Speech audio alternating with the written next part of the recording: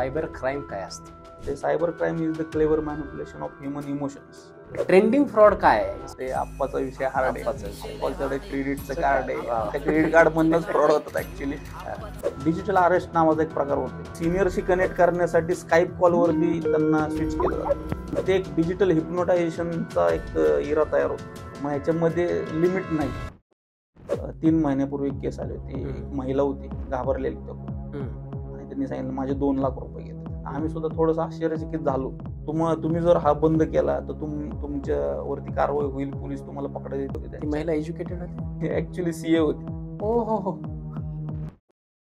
Common sense is not so common.